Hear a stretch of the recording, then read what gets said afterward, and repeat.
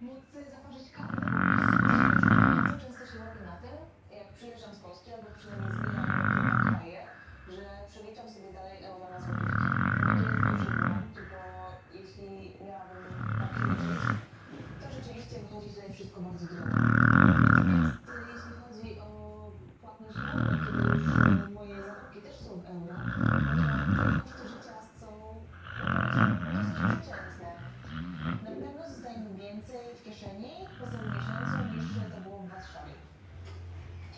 Mały czy duży? Tyle wybieram. Mały? Dobrze. Już taka podstawowa 1500 euro powiedzmy. Takie bardzo wysokie.